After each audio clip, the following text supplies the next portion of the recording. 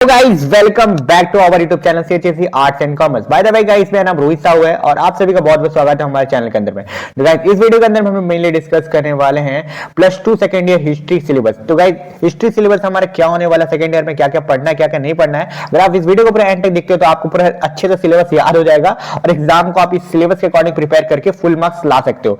तो गाइस बिना किसी डिले के अपना वीडियो स्टार्ट करते हो। तो गाइस फर्स्ट यूनिट की बात करें, इसकी सिलेबस में जो फर्स्ट यूनिट में क्या पढ़ना है हमें, सोर्सेस ऑफ इंडियन हिस्ट्री पहला पढ़ना है। सोर्सेस ऑफ इंडियन हिस्ट्री क्या है? Archaeological, literary, foreign account, archival, ये क्या सोर्सेस है आपको पढ़ना है। साथ ही में सेकंड आपको चैप्टर में दिखने मिलने वाला है फाउंडेशन ऑफ इंडियन कल्चर। इसके अंदर में भी दो पार्ट है, हड़प्पन कल्चर।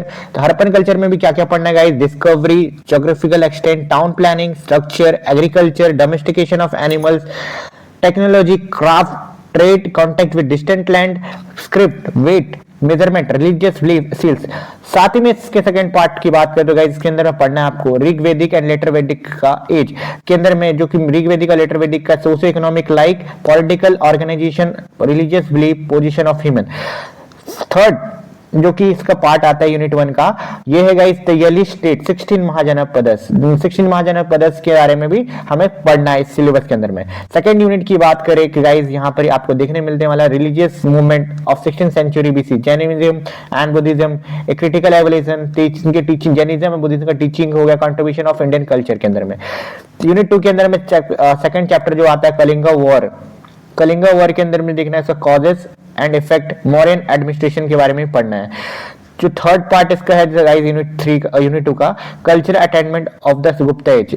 गुप्ता एज के बारे में भी हमें, जो गोल्डन एज गुप्ता एज क्यों कहा जाता है उसके बारे में मिले डिस्कस करना है। यूनिट 3 हिस्ट्री का जो यूनिट 3 सिलेबस में क्या पढ़ना है हमें, perceptions of society through the eyes of travellers. हमें देखना है कि ट्रेवलर जो कि 10 to 17 सेंचुरीज में आए थे, मेन जो ट्रेवलर आए थे अल्बर्नी, इब्न बतूता, फ्रांसिस बर्नियर, इन तीनों को मिली हमें पढ़ना है।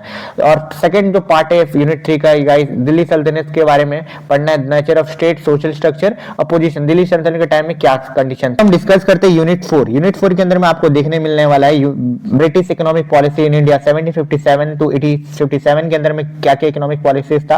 तो उसके अंदर मेन पॉलिसीज क्या पढ़ना है, commercial policy, drain of wealth, development of means of transport and communication, और इसी तरीके से गाइस लास्ट में जो कि है रेवेन्यू पॉलिसीज भी हमें यहाँ तक पढ़ना है। ठीक है गाइस, इतना करने के बाद हमें नेक्स्ट आपको आना है यूनिट 4 के अंदर में देखने मिलेगा रिवोल्ट अगेंस्ट ब्रिटिश कॉलोनिज्म, सन्यासी रिवेलियन, खुदरा रिवेलियन ऑफ 1870, संतान रिवेलियन 1855 to 60। बहुत बड़ा सिलेबस है गाइस, मुझे समझ आ रहा है, बट मैं इन सबको बहुत ही इजीली तरीके से आपको एक्सप्लेन करूंगा विद हैंड रिटन नोट्स के द्वारा। ठीक है, तो आप इस वीडियो को लाइक जरूर कर देना अगर आपको समझ आ रहा होगा तो। थर्ड जो कि थर्ड पार्ट जो यूनिट 4 के अंदर है, महात्मा गांधी नेशनल स्ट्रगल, महात्मा गांधी का जो नेशनल स्ट्रगल रहा, और मेनली क्या क्या देखना है उसका, non cooperation movement in response in Odisha, civil disobedience movement and quit India movement का रिस्पॉन्स ओडिशा में क्या रहा। ठीक है, इसी के बाद हम डिस्कस करते हैं यूनिट 5। यूनिट 5 के अंदर में क्या पढ़ना है हमें, colonial cities, urbanisation, planning and architecture. उसके अंदर में भी sound and cities and pre colonial interest, change in 18th century, trend of change in 19th century, fort centre, new urban milieu, fort hill station, बहुत सारे unit 5 के अंदर में है। और साथ में colonial architecture in Kolkata, Mumbai and Madras. ठीक है, और इसके बाद आता है guys formation of province in Odisha, कैसा ओडिशा प्रोविंस एक अलग राज्य बना, movement for linguistic identity, event leading to formation of the province. उसके बाद फिर गाइस हमें यूनिट 5 के अंदर में देखना, पार्ट 3 के अंदर में देखने मिलता है contribution of Madhusudan Das, Gopabandhu Das, Krishnachandra Gajapati, Sarala Devi, Rama Devi and Malati Devi. Fourth में जो है गाइस हमारा फोर्थ पार्ट है यूनिट 5 के अंदर में, framing of Indian constitution, Indian constitution कैसे बना, making of the constituent assembly to vision of the constitution silent feature. ये सारा चीज आपको डिस्कस करना है। तो गाइस बहुत ही बड़ा सिलेबस दिख रहा है, बट बहुत इजी होने वाला है।